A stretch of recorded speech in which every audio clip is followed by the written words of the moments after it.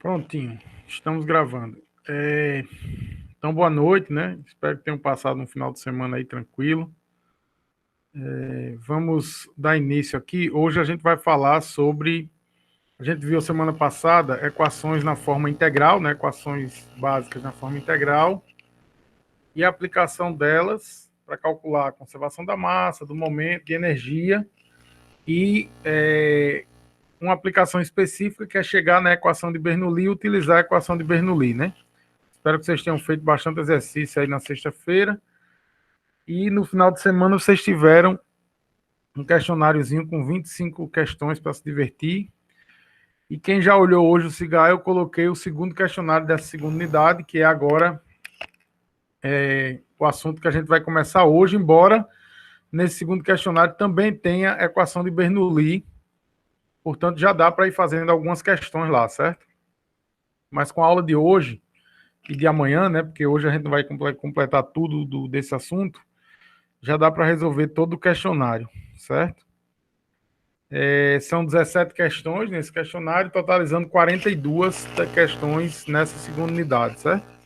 Mas é claro que segue aquele mesmo esquema quando você entra lá para responder o questionário, ele vai sortear 5 questões para vocês, e vocês, chutando a primeira vez, amarram essas 5 questões e serão essas que vocês vão responder. Se vocês não chutarem, aí quando for na próxima tentativa, ele vai escolher outras 5 questões diferentes daquelas.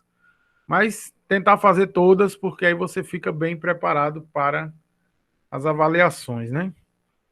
Então vamos lá, deixa eu compartilhar a tela aqui, certo?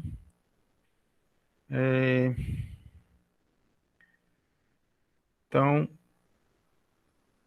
ok.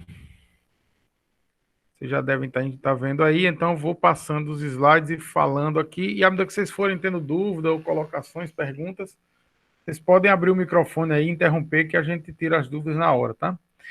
Bom, a gente viu na aula passada, nas aulas passadas, a formulação integral da equação da continuidade, que é a conservação da massa, da equação da quantidade de movimento e da equação de energia, né? Conservação da quantidade de movimento e conservação de energia.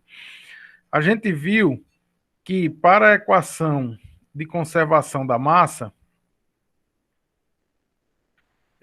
nós temos esta equação que está aqui, né? A derivada com o tempo integral do volume de controle de ρdV mais a integral na superfície de controle de ρVdA igual a zero, certo?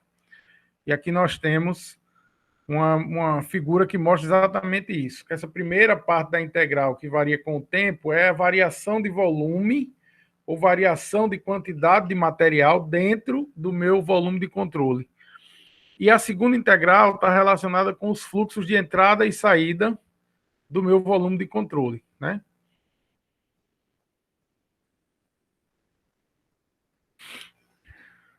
Deixa eu autorizar aqui. Então, nós também vimos a formulação da equação da quantidade de movimento, ou conservação do momento, né?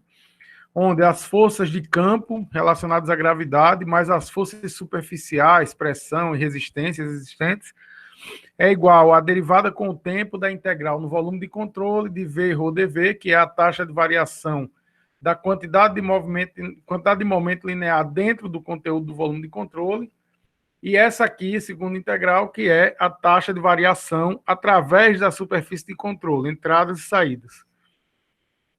Nós também vimos a formulação da conservação da energia, em que calor menos trabalho, variando com o tempo, é a taxa total de variação da energia do sistema. A primeira integral tem a ver com a taxa de variação de energia dentro do volume de controle, e a segunda integral tem a ver com o fluxo de energia através da superfície de controle, entradas e saídas. Nós vimos também que essa energia por unidade de massa, que é esse Ezinho aqui, ele pode ser descrito como somatório da energia interna mais a energia de escoamento, pressão sobre ρ, mais a energia cinética, mais a energia potencial. Bom, o que a gente tem que fazer agora é olhar uma outra situação. Por quê? Até agora, eu estudei volume de controle finito. eu estou olhando um objeto, um tanque, uma tubulação, um pedaço de tubulação, um objeto que está voando. Então, eu estou preocupado com o fluxo total, com as condições globais do movimento do escoamento, certo? Porém, às vezes a gente precisa discutir pontos específicos ou detalhes do escoamento, certo? Por exemplo,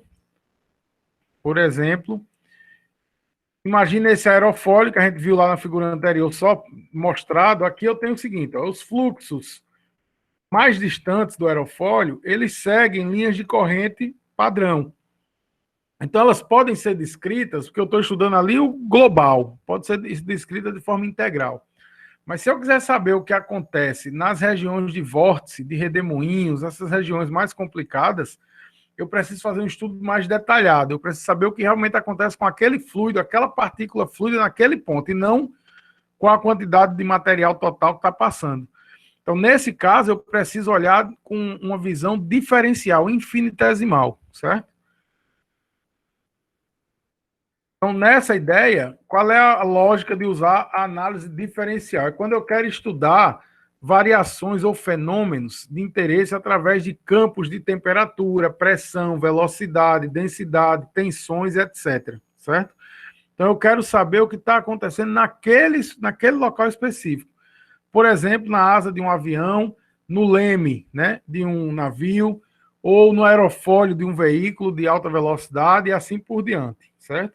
Então, a gente vai estudar a conservação da massa e da quantidade de movimento. Imagine, por exemplo, uma bola, né, que tá viajando, né, ou na água ou no ar. O que acontece? O fluido, em geral, que passa mais distante desse objeto, no caso dessa bola, ele não sofre mudanças suficientes para a gente precisar descrever com uma análise diferencial. Mas o fluido que está muito próximo à bola, aí você vê como a desordem reina, né, na saída da bola. Aqui o fluxo está sendo no sentido esquerdo para a esquerda, né? Então, eu tenho aqui, ó, esse vórtice formado, ele pode inclusive alterar a trajetória da minha bola, né? Então, por exemplo, intuitivamente, atletas que usam, né, bolas em seus esportes, eles têm conhecimento de como o formato e as linhas da bola, por exemplo, né, do objeto, interferem no seu movimento. Então, por exemplo, uma bola de golfe, ela é cheia de gominhos, né, para dentro. Esses gominhos para dentro é que fazem com que ela tenha certa estabilidade. Se você entregar uma bola com o mesmo formato, tamanho, mas sem os gominhos, para um golfista, ele não vai acertar uma tacada, né? Vai errar todas.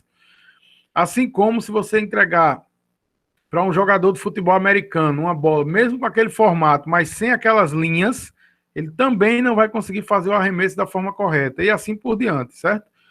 A gente tem momentos aí, por exemplo, na Copa do Mundo de 2010, na África do Sul, a famosa bola Jabulani foi projetada para dar mais efeito, o problema é que não foi testada com os jogadores. Então, ela dava mais efeito, só que o jogador não sabia como era esse efeito, então nas primeiras partidas da Copa, a bola era um espetáculo, né? Ela fazia o que ninguém esperava. E as equipes que foram bem naquele campeonato foram aquelas que se adaptaram rapidamente ao desenho, né, estrutura de projeto da bola, e assim por diante. Aí tem várias modalidades que utilizam bolas e cada uma delas tem o seu formato, suas linhas aerodinâmicas, exatamente para facilitar esse uso, certo? Então, vamos imaginar que eu quero fazer a mesma formulação, só que agora, em vez de usar o meu elemento, um volume de controle, que é, no caso aqui, um tanque, eu vou tentar partir para as mesmas equações, ó, a variação com o tempo de ρdV é igual ao somatório das entradas menos o somatório das saídas. Só que no lugar de usar um tanque, eu vou usar um elemento diferencial, certo? Um cubo com dimensões dx, dy e dz, certo? E vou tentar fazer a mesma formulação que está aqui, né? Para poder chegar a uma equação, tá? Então, olhando para esse elemento de volume, veja, a primeira integral é ρdV. Qual é o volume desse cubo? É dx, dy, dz, certo? Então, vamos lá. Deixa eu me autorizar aqui mais uma pessoa. Então, o volume desse cubo é dado por dx, dy, dz. Outra propriedade interessante é a velocidade. Ela vai ser decomposta nas componentes I, J, K. Então, ela vai ser... Minha velocidade V, eu posso dizer que ela é UI mais VJ mais WK, certo? E estão alinhadas com as coordenadas x, y, z do eixo cartesiano. A massa específica, ela vai variar da seguinte forma. Se você pegar da face da esquerda até a face da direita, ela está aumentando linearmente, com a distância. Então, aqui no centro é ρ, aqui vai ser ρ mais um elemento diferencial vezes essa distância, e aqui vai ser ρ menos um elemento diferencial vezes essa distância. Mesma coisa para as faces superior e inferior, frontal e traseira, certo? Então, aqui, ó, vamos imaginar que eu preciso analisar a partir de ρ, que é aqui no centro, ρ vezes U, qual seria o novo ρ vezes U aqui na minha face direita. Então, como eu tenho um aumento da esquerda para a direita, eu vou ter um aumento da derivada de densidade de ρ, de densidade vezes velocidade, em relação a x, vezes a distância, que é metade de dx, certo? E eu vou fazer uma expansão em série de Taylor, que está aqui como é que se faz essa expansão, só que a gente vai fazer a consideração de que um produto de diferenciais é um número muito pequeno, derivada segunda é um produto de diferenciais. Como esse número é muito pequeno, eu vou truncar essa série aqui no meu primeiro termo de diferencial, certo? Então, esse truncamento aqui vai me levar à seguinte descrição na face direita. É como eu disse, ρu mais a derivada de ρu em relação a x vezes dx sobre 2. E para a esquerda é a mesma coisa, só que sinal negativo. Na face frontal é mais ρw, na face traseira menos ρw. E na face superior, mais ρv, na face inferior é menos ρv, certo? De forma que, se eu quero determinar qual é a variação de ρu da face direita até a face esquerda, eu vou fazer o ρu da face direita menos o ρu da face esquerda, certo? Quando eu fizer isso, ó, aqui tem só uma descrição de onde está cada uma dessas grandezas, certo? Quando eu fizer esse somatório, eu vou chegar na seguinte situação. A primeira integral, ela era ρdv. Eu substituí dx, dy, dz. Ρ é uniforme, não varia com o espaço. Então, ele pode sair da integral e fica del ρ, del t, que é o que está aqui. E o dv, quando integra, é o volume. Só que o volume do cubo infinitesimal é dx, dy, dz. Por isso que fica del ρ, del t, dx, dy, dz. Aqui, eu vou somar. Ó, aqui são as entradas, né? Ó, entrada em x na face direita, face superior e face frontal, certo?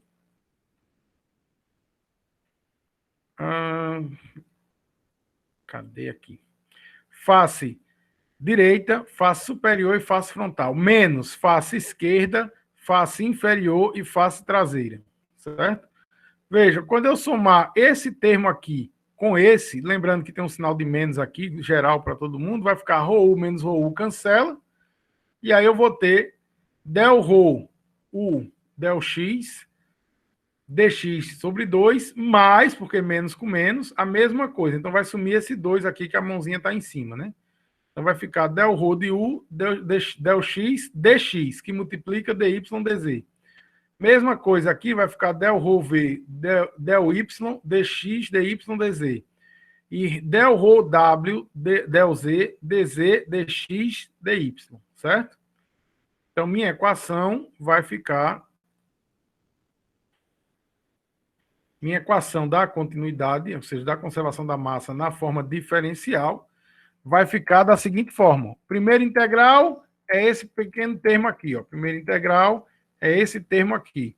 E a somatória de entradas e saídas, a gente já terminou que era isso aqui. Passo tudo para o outro lado, fica tudo positivo, certo? E o dx, dy, dz, como aparece em todos os termos, pode ser cancelado, certo?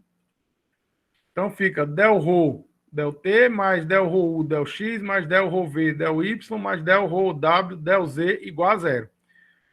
Veja só, se você comparar esta equação com a equação da continuidade que a gente conhece, esse termo aqui que varia com o tempo é o equivalente a esta integral que varia com o tempo.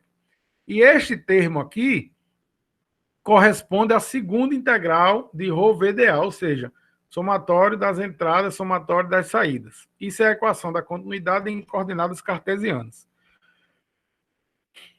Em alguns casos, ela é escrita dessa forma aqui, ó. Esse é o famoso operador nabla.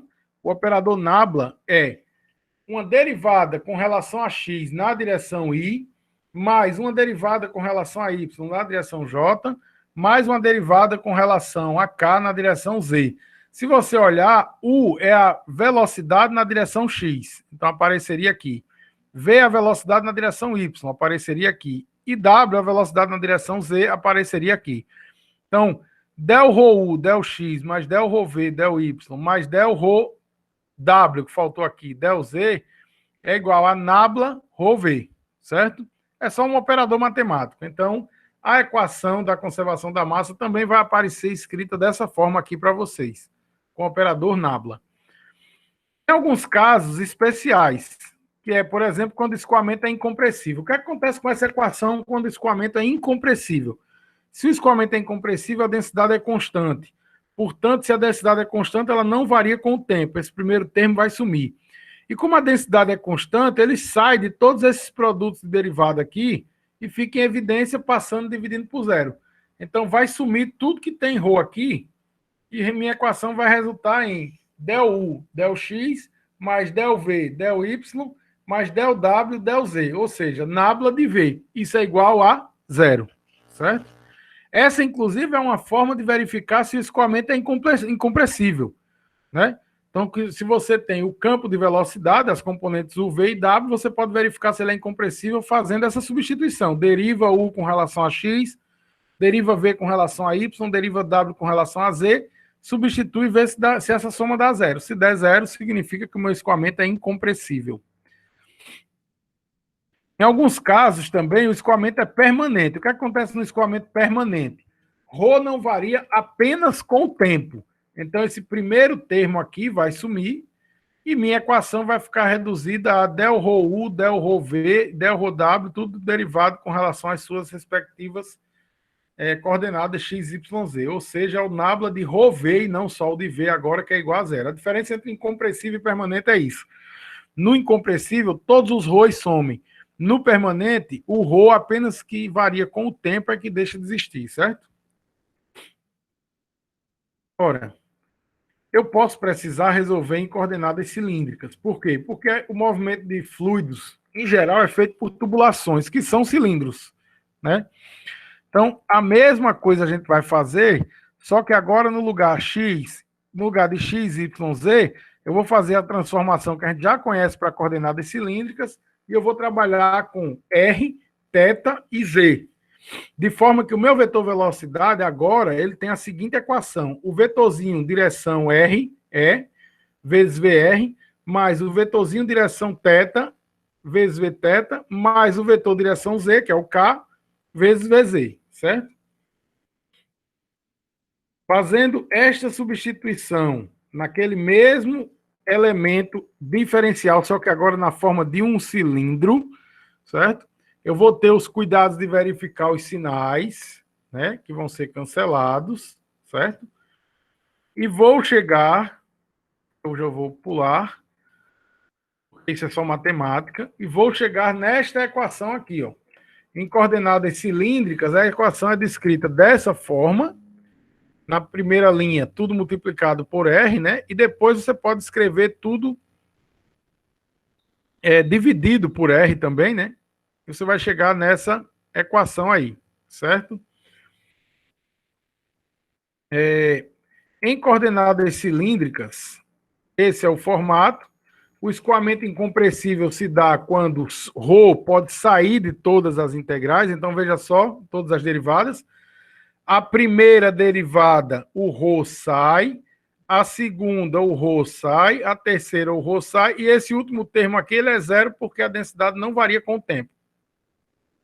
Então tem escoamento incompressível, escoamento permanente, né? Qual é a diferença? No escoamento permanente, somente essa expressão ρ de T, del ρ, del T, é que some, certo? Como é que a gente usa isso? Vamos lá. Olha aqui esse problema. Componentes do vetor velocidade de um escoamento incompressível e que ocorre em regime permanente são definidos por, ele deu U, x2 mais y2 mais z2, V, xy mais yz mais e, a mais e, tá certo? E W, ele quer saber quem é W, de forma que o escoamento seja incompressível, certo? A gente já viu aqui que para o escoamento ser incompressível, minha equação da continuidade ou da conservação da massa na forma diferencial, ela tem que ser reduzida, ó, essa equação aqui, tem que ser reduzida para esta equação aqui, ou seja, del U, del X, mais del V, del Y, mais del W, del Z igual a nábula de V, que é igual a zero. Então, o que é que eu vou fazer naquele problema? Eu vou deixar aqui na tela para vocês o problema, vocês vão pegar U, derivar com relação a X. Vão pegar V, derivar com relação a Y. Substitui nessa equação. Aí você vai ficar com del W, del Z igual a alguma coisa. Passa o del Z para o outro lado, integra dos dois lados e vai ficar W igual a alguma coisa em Z, certo?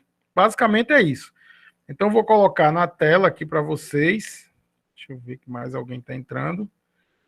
Vou colocar na tela o problema para vocês terem as variáveis, né? U, V e W.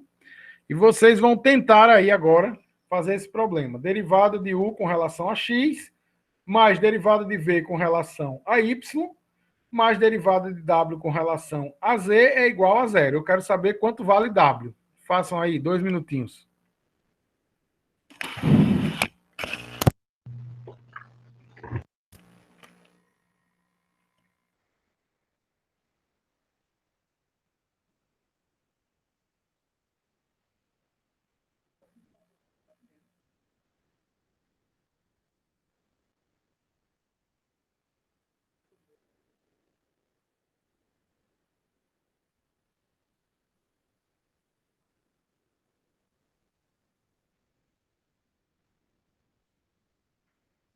Esse preto é? Eu acho bem uma qualidade um pouquinho melhor. Inclusive, estava por aqui, em algum canto. Aqui, ó. Eu acho que eu escuto melhor com esse branco do que com o preto.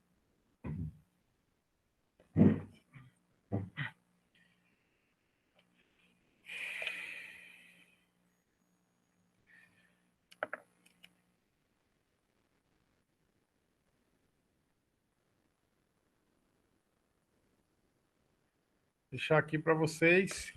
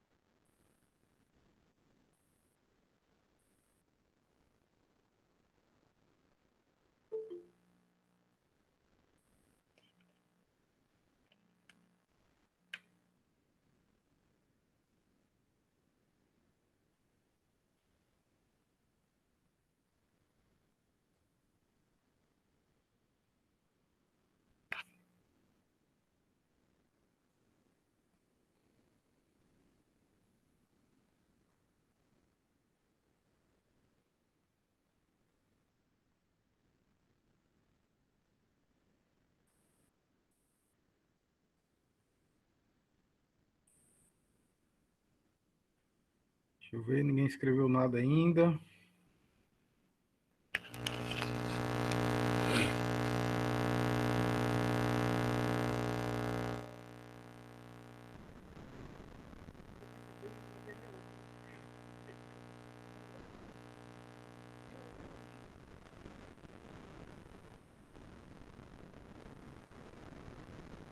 E aí? Alguém?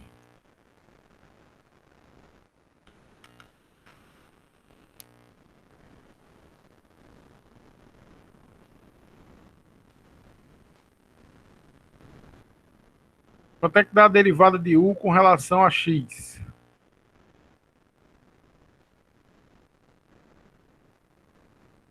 Dois x. Perfeito. A derivada de V com relação a Y.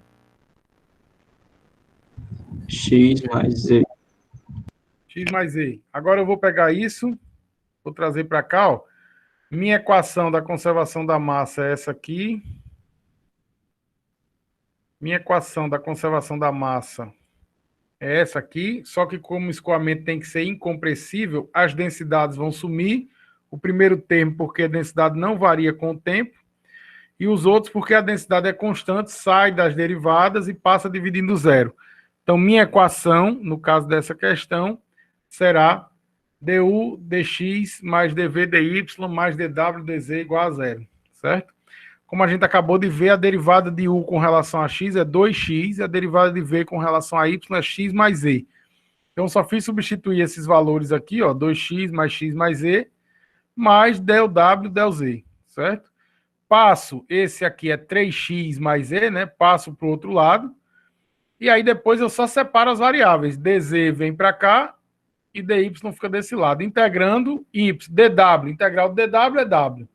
Integral de dz é menos 3xe menos e ao quadrado sobre 2, mais uma constante, porque o elemento diferencial aqui, o elemento integral aqui era definido, certo? Então eu tenho minha equação de W que satisfaz esse problema aqui, certo? Mais geral, né? Qualquer constante aqui teria que ser mais específico se quisesse calcular o valor da constante, certo? Ok? Essa é uma questão. Vamos ver outra. Se tiver dúvida, falem, viu? Aqui, ó, essa questão aqui, ela está no Fox, inclusive, tá? Ela diz o seguinte: um amortecedor a gás na suspensão de um automóvel comporta-se como um dispositivo pistão-cilindro. No instante em que o pistão está afastado a uma distância de 0,15 metros da extremidade fechada do cilindro, a massa específica do gás aqui dentro é 18 quilos por metro cúbico. Ela é uniforme, certo? O pistão começa a se mover afastando-se da extremidade fechada do cilindro com uma velocidade de 12 metros por segundo. O movimento do gás é unidimensional e proporcional à distância em relação à extremidade fechada. Ou seja, U é igual a Vx sobre L. Certo? Varia linearmente de zero na extremidade a U igual a V no pistão. Ou seja, se for movimento linear, né, movimento retilíneo, L é igual a L0 mais V vezes T. Certo? É isso que ele está dizendo aqui. Ele pede para avaliar a taxa de variação da massa específica do gás nesse instante. Então, veja só, eu vou usar a equação de conservação da massa na forma diferencial. Então, voltando lá para o meu quadrinho aqui, eu vou usar esta equação, certo? Ele pede a taxa de variação da massa específica, ou densidade, com o tempo. Então, esse primeiro termo aqui trata-se tão somente disso, né? A taxa de variação da densidade com o tempo. É isso que ele quer calcular, certo? Depois, ele quer calcular lembrando que o problema, ele diz o problema é unidimensional e escoamento uniforme, densidade uniforme, certo? Se ele é unidimensional, desses três termos aqui, um só vai permanecer. Qual desses três permanece? Em X, em Y e Z, olhando para a minha figura. Em X. Perfeito. O movimento se dá na horizontal aqui em X, certo? Então, minha equação, essa equação, ela será reduzida para isso aqui, ó. Del ρ, del t mais del ρ u, del x igual a zero. Eu não sei se vocês estão lembrados Mas quando você tem uma derivada de um produto e a derivada desse tipo aqui, parcial, para você achar o resultado dessa derivação, você tem que fazer uma decomposição desse produto. Então, aqui eu só fiz passar nessa próxima linha, eu só passei o del rho de U, del rho de X para o outro lado, negativo. E aí, aqui eu fiz a minha decomposição, né? Tem que destrinchar isso aqui, ó. Del rho U, del X, como rho U é um produto, isso será, você tira o primeiro como se fosse constante, derivada do segundo com relação a X. E depois você soma com, tira o segundo e deriva o primeiro com relação a X, certo? Tranquilo. Isso aqui é matemática, né? Isso aqui é cálculo. Vocês já deveriam ter visto. Se não viram, foi algum lapso. E se viram, estão lembrando agora. Agora, veja o que acontece. A densidade é um valor dado. Ele disse lá, é 18 quilos por metro cúbico. Ela é constante mesmo, certo? Del U, del X é a derivada de U com relação a X, que a gente vai olhar daqui a pouco como é que calcula. Mas lá no problema, ele diz que U é igual a Vx sobre L. Portanto, está fácil de achar a derivada de U com relação a X. Essa segunda parte aqui, U, eu poderia dizer que é Vx sobre L, só que del rho, del X, eu vou dizer a vocês que é zero. Por quê?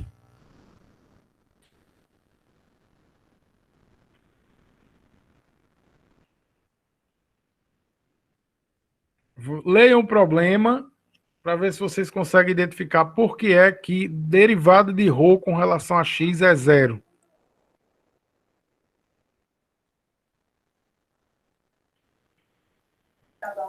É que você disse que ρ é uniforme. Perfeito. No caso, tá aqui, ele ó. só tem esse valor.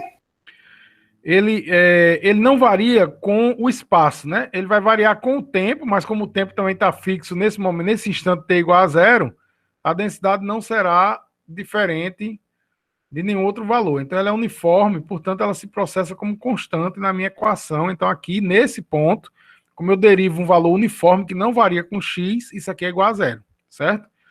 E por que é que eu mantenho del rho, del t? Porque, lembrando, ele é uniforme, ele não varia no espaço, mas ele varia no tempo, certo? Então, minha equação vai chegar a isso aqui, ó, del rho, del t igual a menos rho, del u, del x. Rho e del rho, colocar no mesmo lado, depois eu posso integrar. E del t eu posso passar para cá, desde que eu saiba quem é del u, del x. Acontece que o problema já me disse que U é igual a Vx sobre L. Portanto, quando eu derivar isso aqui com relação a x, U é igual a V sobre L, né? Du, dx é igual a V sobre L. Então, fiz essa substituição aqui, ó. Del rho, del t igual a menos rho, V sobre L.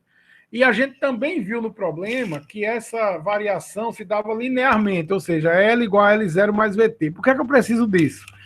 Como eu vou integrar de um lado com relação a ρ e do outro com relação a t, eu preciso que V e L estejam com as suas variações em t descritas. Então, quando eu digo que L é igual a L0 mais VT, eu estou deixando V em cima, V embaixo, como se V fosse constante, certo? Aqui, então, V está sendo considerado constante, e o L é quem varia com o tempo, certo? Um dos dois vai variar com o tempo. Eu poderia fazer o inverso, deixar V variando com o tempo e L constante. Mas, nesse caso, é mais fácil trabalhar com L0 mais VT, porque eu tenho o valor de L0, tenho o valor de V, certo? Então, aqui, eu vou substituir L por L0 mais VT aqui embaixo, e minha equação vai ficar assim, ó. Del rho, del t igual a menos rho, V sobre L0 mais VT. E aí aqui, o rho eu tenho, problema disso que é 18, V é 12, L0 mais VT, quando t for igual a zero. Por que quando t for igual a zero? Porque é no exato instante que começa a contar. Ele disse isso, né? No exato instante que começa a contar ali.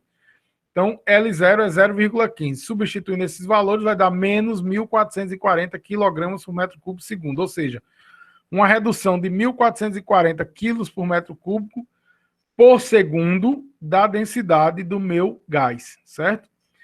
Claro que isso aqui são coisas, são valores fantasiosos, né? Uma densidade de gás decrescer esse número, quando a densidade do gás é 1, alguma coisa, não tem o menor sentido. Eu aqui aproveitei o espaço para fazer o cálculo, se eu quisesse, para qualquer tempo. Então, eu ia pegar a minha integral, a minha equação diferencial, que está aqui, vou copiar ela aqui para baixo, certo? Só que agora eu já arrumei colocando del ρ sobre ρ e VDT L0 mais VT. Se eu chamar esse L0 mais VT de U, a derivada de U é VDT, certo? De forma que eu estou querendo fazer a transformação como que aqui fosse DU e aqui fosse U. Então, isso é, na verdade, a integral disso aqui vai me resultar no ln de L0 mais VT, substituindo T de 0 a T. Então, minha integral será dρ sobre ρ, de ρ0 a ρ, e de 0 a T menos VDT L0 mais VT. A primeira integral da ln, de ρ sobre ρ0, né? ln de ρ menos ln de ρ0, menos o sinal de menos eu mantive aqui, ln de L0 mais VT, quando T é igual a T, e ln de L0, porque T é igual a 0. Então, L0 mais VT aqui vai dar só L0, certo? Aqui eu só fiz reescrever, só que na forma de frações, né? ln de ρ sobre ρ0. E como tem um sinal de menos aqui, tem uma propriedade dos logaritmos que diz que o número que está aqui na frente, ele passa para dentro do logaritmo, o número que está com o logaritmo, só que no expoente, né? Então, menos 1. Menos 1 inverte a posição dessa fração. Então, eu vou ficar com ρ sobre ρ0 é igual, já eliminando os ln's, ρ sobre ρ0 é igual a L0 sobre L0 mais VT.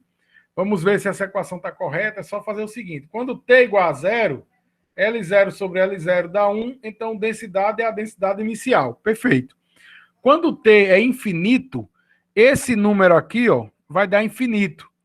Ou vai dar 0, né? Desculpa. A parte de baixo vai dar infinito e esse número vai dar 0. Então, densidade tende a 0 porque todo gás vai escapar, certo? É só uma equação diferencial para vocês verem que poderia calcular a densidade a qualquer tempo nesse problema. O problema pede isso aqui, a densidade para um determinado instante, mas eu poderia calcular a qualquer tempo, fazer até um gráficozinho mostrando, né, a variação dessa densidade, certo? A última questão desses slides é uma questão mais conceitual. É o seguinte: considere um escoamento radial e unidimensional no plano r-θ, caracterizado por V de R como uma função de R, V de θ igual a 0. Determine as condições sobre a função R necessárias para que o escoamento seja incompressível, certo? Para isso, eu vou precisar voltar para a equação da conservação da massa na forma cilíndrica, que é essa aqui, certo? E aí, ó, se o escoamento é incompressível, ele se reduz para isso aqui, que foi o caso lá. Vθ é 0, portanto, isso aqui também vai dar 0, porque a derivada de uma constante dá 0, certo? Então, eu vou ficar com esse primeiro termo mais esse segundo termo igual a 0, ou esse primeiro termo igual a menos esse termo aqui. Se esse termo Vz for diferente, se esse Vz não for função de z, isso aqui será 0. Então, eu vou ficar com um termo que não é 0 igual a 0. É impossível. Então, obrigatoriamente, Vz não pode ser igual ou não pode ser constante com relação a z. Tem que ser uma função de z. Então, eu tenho obrigatoriamente essa VR é uma função de R, esse Vz é uma função de z, e a derivada desse primeiro termo tem que ser igual a menos a derivada desse segundo termo. Senão eu não tenho escoamento incompressível de forma alguma. Certo? Basicamente é isso. Conceitual mesmo. Ok? Alguma dúvida sobre essa partezinha inicial aqui de conservação da massa? Não tendo, então vamos passar para conservação do momento. Amanhã a gente vai fazer exercício de conservação do momento e nós vamos fazer também cinemática de partícula, certo? Que é translação, rotação, deformação angular, deformação linear. Mas hoje a gente vai mostrar agora como é que chega na equação da conservação do momento. Então, só revisando de novo aqui, por que é que a gente faz isso? Porque no caso da análise integral, eu estou olhando o fluxo global. No caso da análise diferencial, eu quero olhar um ponto específico, um campo específico de escoamento, né? Temperatura, tensão, pressão e etc. Então, a mesma figura mostrando isso, que eu quero estudar esses ambientes mais específicos. A conservação da massa na forma diferencial, certo? Ela serve para explicar esses acontecimentos em regiões com vórtices, redemoinhos, etc. Nós já escrevemos para a conservação da massa, essa mesma figurinha foi mostrada no outro slide. E aí, a gente chegou na equação da conservação da massa na forma diferencial em coordenadas cartesianas, com as observações quando o fluido é incompressível ou em regime permanente. Agora, isso aqui eu vou passar amanhã, tá? Cinemática de partículas, eu vou falar amanhã, então vou passar. E agora eu quero fazer o mesmo procedimento, só que usando a conservação do momento, certo? Então, mesma coisa, ó. Força é massa vezes aceleração, e se você disser que isso é derivada do momento com o tempo, você pode substituir o momento por VDM e você vai ficar com dF é igual a dm dv dt, certo? Onde esse dv dt é o que a gente chama de divergente, que é a diferencial da velocidade em todas as direções e no tempo. Então, aqui eu posso escrever, ó, como eu falei, esse dv dt, que é o divergente, ele será escrito da seguinte forma: derivada de v com relação a x na direção u, mais derivada de v com relação a y, direção v, mais derivada de v com relação a z vezes w, e derivada de v com relação ao tempo, certo? Além disso, dm pode ser substituído também por ρ dx dy dz, que é o dv, certo? Então, ficamos com isso aqui como sendo o resultado dessa primeira parte. As forças que atuam. Quando eu tenho gravidade, é densidade vezes gravidade vezes volume. Isso é o peso, certo? Então, gravidade, densidade e o volume do elemento diferencial é dx, dy, dz. Então, aqui eu escrevi em x, y e z, por quê? Porque eu quero fazer a equação de forma global. Se na hora de aplicar você vê que não tem variação da gravidade em x, esse termo vai sumir, certo? Quais são as forças que agem? Que são aqui eu vou fazer as forças de superfície. Na superfície, por exemplo, na aresta de um cubo, você tem na aresta não, desculpa, na face de um cubo, você tem, apontando, sempre saindo da face, a tensão normal. E duas tensões cisalhantes aplicadas, tangenciais, aplicadas sobre a face. Então, 6 faces, cada face tem uma tensão normal e duas tensões cisalhantes, certo? Então, no total, eu vou ter 6 tensões normais e 12 tensões cisalhantes. Só para vocês terem uma ideia do número de forças que atuam. E aqui está descrito como é que essas tensões variam, mais ou menos o que eu fiz no ρu, agora eu estou fazendo com as tensões.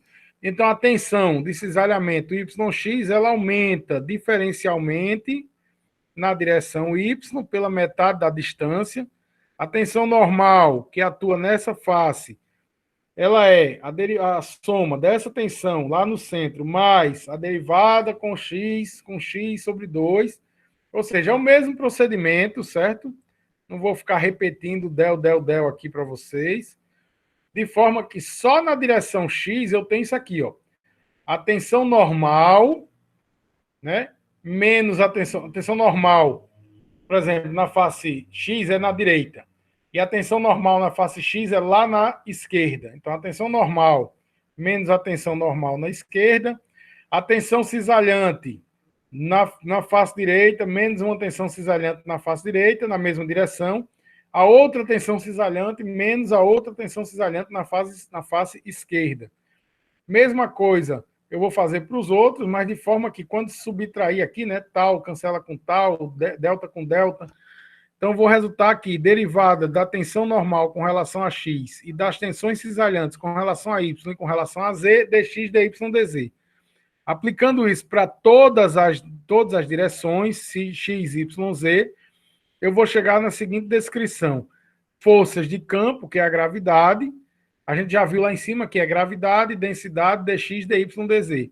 E as forças superficiais é o somatório das forças na direção x, y e z. Então, eu tenho aqui as forças na direção x, gravidade, mais forças na direção x superficiais. Forças de gravidade Y mais as forças superficiais em Y. Forças de gravidade em Z mais as forças superficiais em Z. Isso é igual a ρ dx dy dz dv dt. Isso aqui a gente já viu lá em cima, né? Ó, tô só pegando lá de cima, aqui, ó. Rho dx dy dz. E isso aqui tudo é aquele D maiúsculo V dt, que é o divergente de V com relação a T. Tá? Então, agora, o que é que eu vou fazer? Veja, vocês estão vendo aqui que aparecem as tensões normais e as tensões cisalhantes. Eu preciso descrever essas tensões.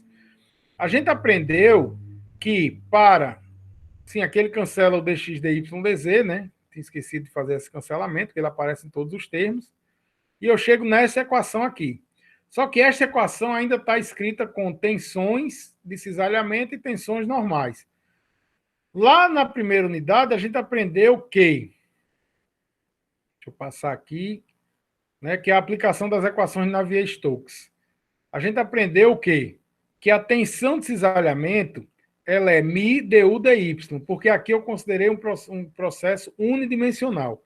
Quando o processo é tridimensional, essas tensões de cisalhamento têm mais um fator. Então, ela vai ser, a tensão vai ser igual a μ dv dx mais du dy, isso quando for yx. Quando for yz, dw dy, dv dz, e quando for zx, du dz, dw dz.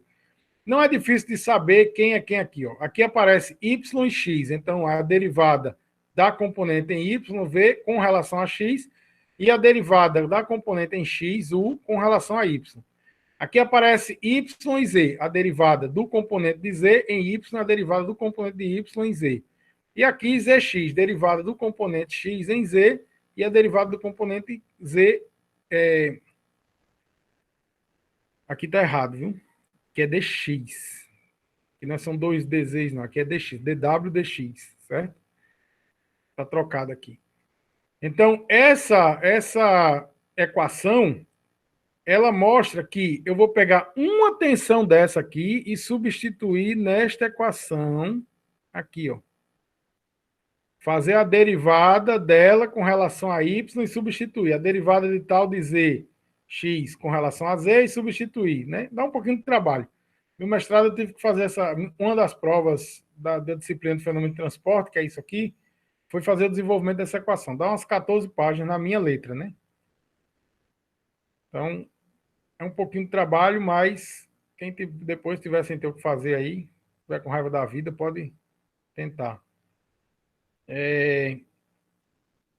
Fazendo essas substituições e também considerando que as tensões normais são descritas como pressão, menos 2/3 de μ, nábula de V, etc., etc., fazendo essas substituições aqui também, derivando isso com relação a x, isso com relação a y, isso com relação a z, eu vou chegar nessa equaçãozinha, as duas primeiras linhas é um somatório só de equações, tá certo? Então, vou chegar nessa equação aqui, ó. Essa é a equação de onde eu parti, e aqui é substituindo. Onde tinha delta de x, eu substituí pela derivada com relação a x daquele termo. Onde tinha esse tal yx dy, eu substituí aqui, ó, por esse termo. Tal z de x e z, substituí por esse termo. E esse último termo aqui, eu escrevi ele de forma reduzida aqui, ó. Rho du dt. Isso para a direção x, depois para a direção y, depois para a direção z. De forma que eu vou chegar nas famosas equações de Navier-Stokes, que são essas aqui. O que são as equações de Navier-Stokes? Elas são as equações da conservação de momento linear na forma diferencial quando o escoamento for incompressível, ou seja, a densidade não variar, e a viscosidade for constante, certo? Então, são bem específicas as condições, mas essas condições bem específicas, elas se aplicam, em geral, a fluidos newtonianos sem nenhum problema.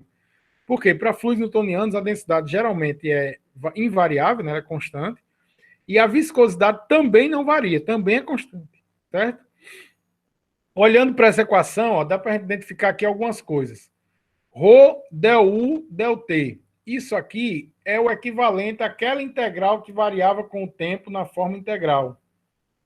Esse resto de termo aqui, ó, é o equivalente àquela outra integral que não variava com o tempo. ρg é o equivalente às forças de gravidade. E del P, del X mais isso aqui é o equivalente às forças superficiais, certo? Se você observar, essa equação tem a mesma dimensão da forma integral, só que dividido por volume, né? Porque lá aparece ρg, V, certo? Então, as unidades que você vai encontrar para esse equacionamento na forma diferencial é o mesmo da forma integral, só que dividido por volume, né? Então, existe uma outra equação que é derivada daqui, que ela é obtida fazendo-se viscosidade igual a zero, certo?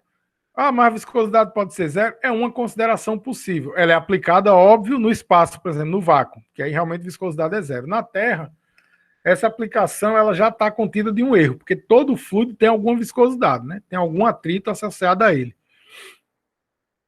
Uns um pouco maior, outros um pouco menor. Então, aqui, por exemplo, é a formulação em CFD, né? Fluido dinâmica computacional de um helicóptero, certo? As linhas de ar passando no helicóptero, e podem ser estudadas assim pela equação de Euler. Então, viscosidade é igual a zero. É porque o efeito da viscosidade é tão pequeno que ele pode ser desconsiderado. Aí deixa eu só voltar lá para mostrar a vocês. Quando a viscosidade é zero, todo esse último termo aqui vai sumir. Então, minha equação vai ser reduzida a ρ divergente de V com relação a T. Lá em cima é esse primeiro termo aqui todo. Só está escrito na forma de divergente.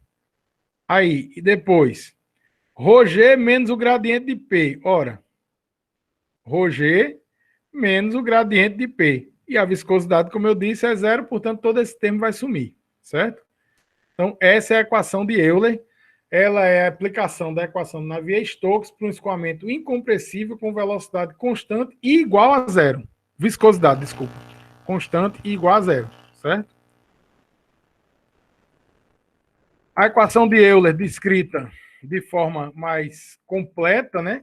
Ela pode ser obtida também desse equacionamento, considerando as tensões de cisalhamento iguais a zero, né? Nulas. Exatamente por quê? Porque como a viscosidade é zero, a tensão de cisalhamento não é a viscosidade multiplicada por umas derivadas, só que se a viscosidade é zero, todas as tensões de cisalhamento somem, certo?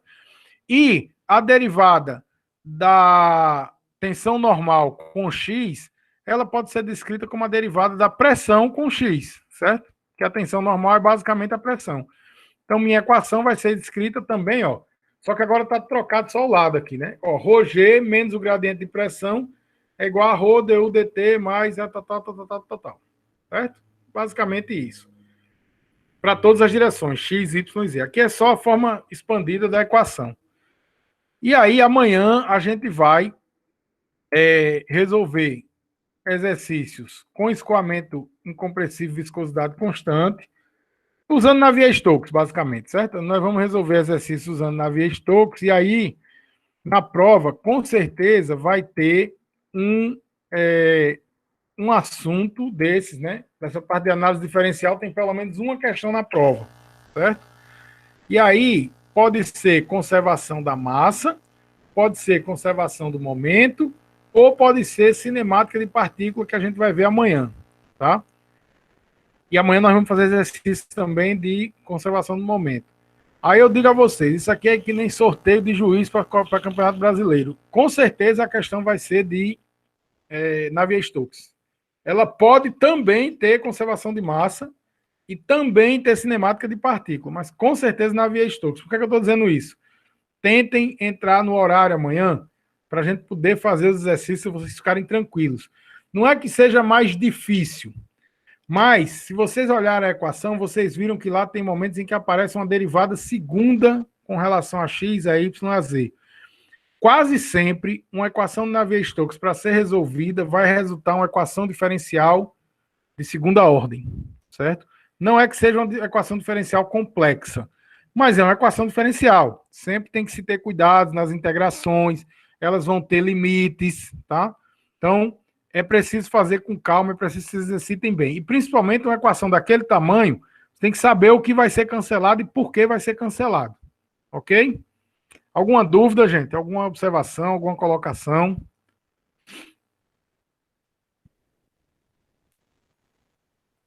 Quem cala consente ou tá mastigando, né? Todo mundo deve estar jantando, aproveitando, né?